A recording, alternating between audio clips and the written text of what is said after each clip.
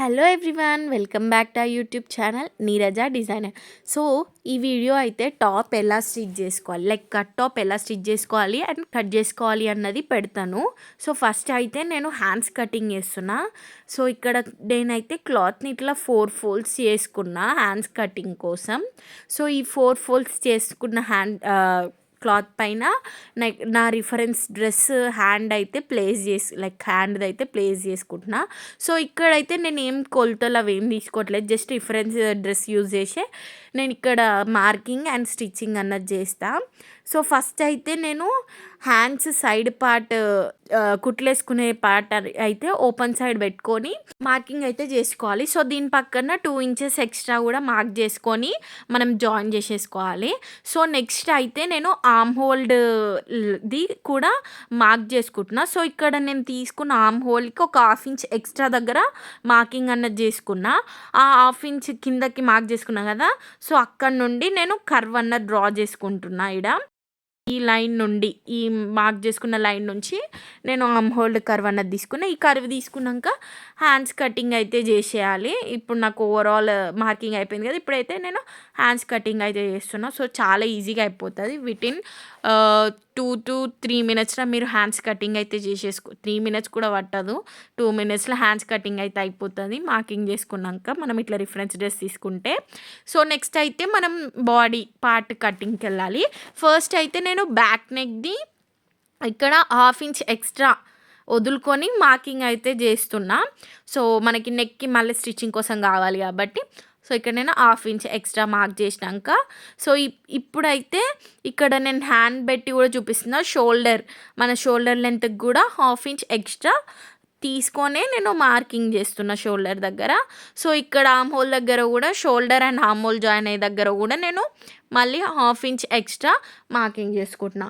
So ఇప్పుడు back neck అన్నది లోపలికి ఫోల్డ్ చేసేసి మళ్ళీ ఫ్రంట్ నెక్ కూడా ఒక 1/2 ఇంచ్ సైడ్కి తీసుకొని ఫ్రంట్ నెక్ కూడా మార్క్ చేసుకున్నాం. సో ఇక్కడ నేను ఫ్రంట్ నెక్ కూడా మార్క్ చేసిన. ఇది అయిపోయాక మనము మన బాడీ పార్ట్ యొక్క ఆర్మ్ హోల్డ్ కూడా మార్క్ చేసుకోవాలి. హ్యాండ్స్కే కాకుండా బాడీ పార్ట్ కూడా మనం ఆర్మ్ హోల్డ్ అనేది మార్క్ చేసుకోవాలి. సో నేనైతే ఇక్కడ హ్యాండ్స్ అండ్ టాప్ మనం జాయిన్ చేసుకున్న దగ్గర నేను చూపించినట్టు మీరు కూడా మార్క్ చేసుకోండి.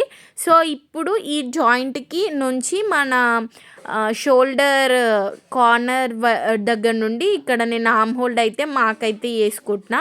సో ఆర్మ్ హోల్డ్ కూడా 1/2 ఇంచ్ ఎక్స్ట్రా, సేమ్ అక్కడ ఎట్లా 1/2 ఇంచ్ ఎక్స్ట్రానో ఇక్కడ కూడా అట్లా 1/2 ఇంచ్ ఎక్స్ట్రా అన్నది తీసుకోవాలి స్టిచ్చింగ్ కోసం. సో షోల్డర్, ఆర్మ్ హోల్డ్, నెక్కి 1/2 ఇంచ్ ఎప్పుడు ఎక్స్ట్రా తీసుకోవాలి స్టిచ్చింగ్ కోసం.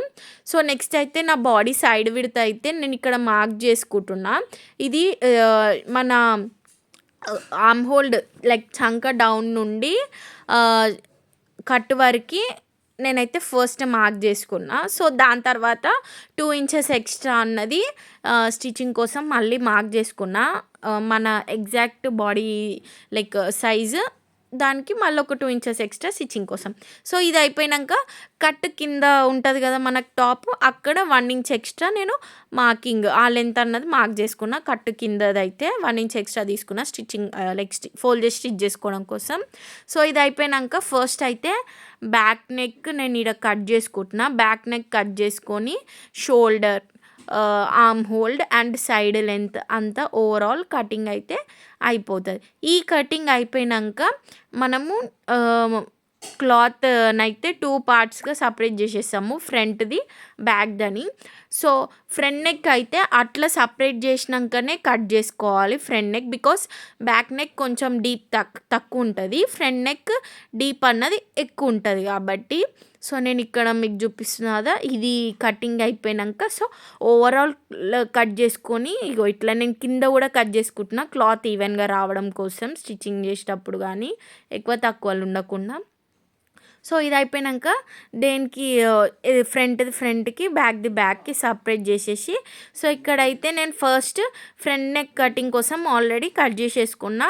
ఫ్రంట్ నెక్ కట్ చేసినాక మనం నెక్ కోసం ఇట్లా ఒక కర్వ్ షేప్ లాగా నేను ఇక్కడ ఒకటి కట్ చేసుకుంటున్నా మిగిలిన క్లాత్లో. ఇది మనం నెక్కి అటాచ్ చేసి అయితే కుడతాము. సో అట్లనే బ్యాక్ నెక్కి కూడా సిమిలర్గా కట్ చేసుకోవాలి. ఇది నెక్ మనకి మంచిగా ఉండడం కోసం స్టిఫ్‌గా, నీట్ ఎలిగెంట్‌గా కనిపియడం కోసం. సో, నేను కట్ చేసుకున్న ఈ 2 పార్ట్స్ అయితే ఫస్ట్ బ్యాక్ నెక్‌ది ఇట్లా ఫోల్డ్ చేసుకొని స్టిచ్ చేసుకుంటున్నా. నెక్స్ట్ ఫ్రంట్ నెక్‌ది కూడా సేమ్ 1 ఫోల్డ్ చేసుకొని స్టిచ్ చేసుకుంటున్నా. సో, ఇది 1 ఫోల్డ్ చేసి స్టిచ్ చేసుకున్నాక బ్యాక్ నెక్‌కి అటాచ్ చేయాలి. ఫ్రంట్ నెక్‌కి అటాచ్ చేయాలి. సో, ఇక్కడ నేను మెయిన్ సైడ్స్ అన్నది ఫేస్ టు ఫేస్ పెట్టుకుంటున్నా. మనకి రాంగ్ సైడ్ అన్నది నాకు ఇక్కడ కెమెరాకి ఫేస్ చేస్తుంది.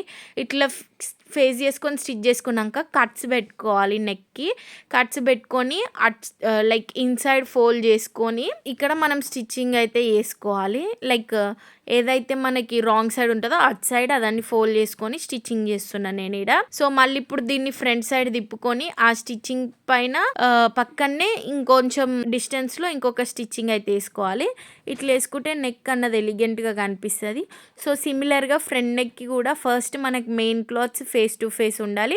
ఫేస్ టు ఫేస్ ఉన్నాక వాటిని స్టిచ్ చేసేసుకోవాలి. ఒక కుట్టు వేసుకున్నాక దాన్ని మనం రాంగ్ సైడ్స్ని ఫేస్ టు ఫేస్ పెట్టాలి. అంటే ఇది స్టిచ్ చేసుకున్నాక ఇది ఫోల్డ్ చేస్తాం రాంగ్ సైడ్. సో దట్ మనకి రాంగ్ సైడ్ అనేది ఫేస్ టు ఫేస్ వెళ్తుంది. సో ఇట్లా వెళ్ళే ముందే కట్స్ పెట్టుకుంటున్నాను నేను నెక్కి. సో కట్స్ పెట్టుకుంటే ఏంటంటే ఫోల్డ్ చేసి కుట్టడానికి ఈజీగా ఉంటుంది. సో ఇక్కడ నేను ఫోల్డ్ చేసేసి ఈజీగా మనకి యూ షేప్ నెక్ అయితే వచ్చేస్తుంది. ఇట్లా ఫోల్డ్ చేసుకొని నేనైతే కుట్టేసుకుంటున్నా. సో నేను పక్కన కుట్టేసుకోవడం వల్ల నాకు neck elegant. So extra cloth మనం తీసుకోవడానికి రీజన్ నెక్ అన్నది ఎలిగెంట్గా కనిపిస్తుంది. సో ఇప్పుడైతే మనం front and back body parts అన్నది అటాచ్ చేసుకుంటాం. ఫస్ట్ అయితే షోల్డర్స్ నేను అటాచ్ చేస్తున్నా. ఇక్కడ 2 ప్లేస్ చేసుకొని ఫ్రంట్ అండ్ బ్యాక్ ప్రాపర్గా ప్లేస్ చేసుకొని అవి ఈక్వల్ హైట్లో ప్లేస్ చేసుకొని షోల్డర్స్ అటాచ్ చేసేసుకుంటాం. ఆఫ్టర్ షోల్డర్స్ అటాచ్ అయిపోయినాక మనం హ్యాండ్స్ బాటమ్ అయితే ఇట్లా ఫోల్డ్ చేసుకొని స్టిచ్ అన్నది వేసుకోవాలి.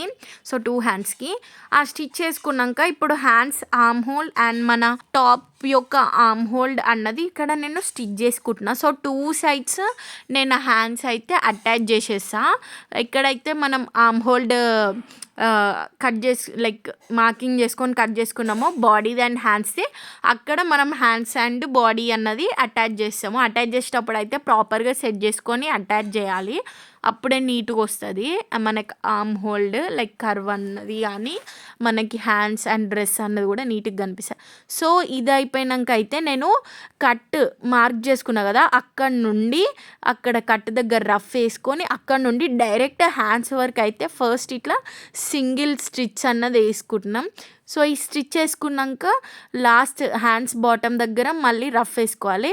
సో ఇక్కడ నేను కింద కట్ దగ్గర కూడా రఫ్ వేసుకుంటున్నా కుట్టు ఊసిపోకుండా.